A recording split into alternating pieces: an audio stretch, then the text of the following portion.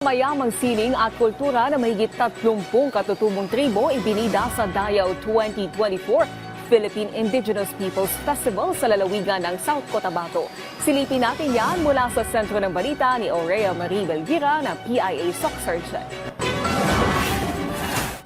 Mahigit 36 na katutubong tribo mula sa Luzon, Visayas at Mindanao ang nagtipon sa Lake Cebu, South Cotabato simula Oktubre 3 hanggang 5 upang ipagdiwang ang Dayao 2024 Philippine Indigenous Peoples Festival na may temang katutubong Filipino, pagtibayin ang tagumpay 2030. Kasama rin sa dumalo ang 10 gawad manlilikha ng bayan o Gamaba awardees.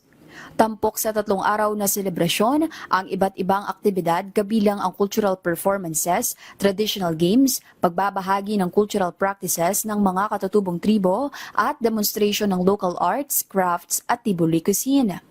As we face unprecedented challenges today, integrating indigenous knowledge and innovation is essential to building a joint future.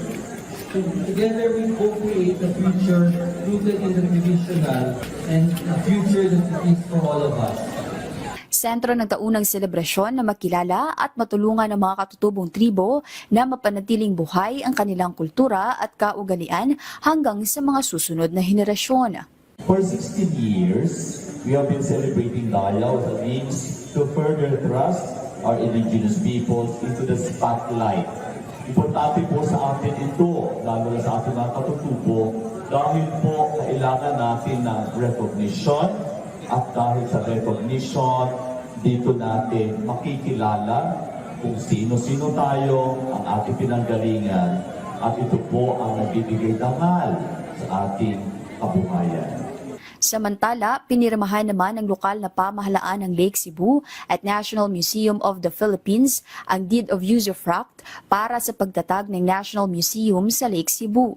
Matatandaang kilala ang Lake Cebu bilang Home of the Living Treasures dahil sa pagkakaroon nito ng 4 na gawad manlilikha ng bayan o Gamaba awardees.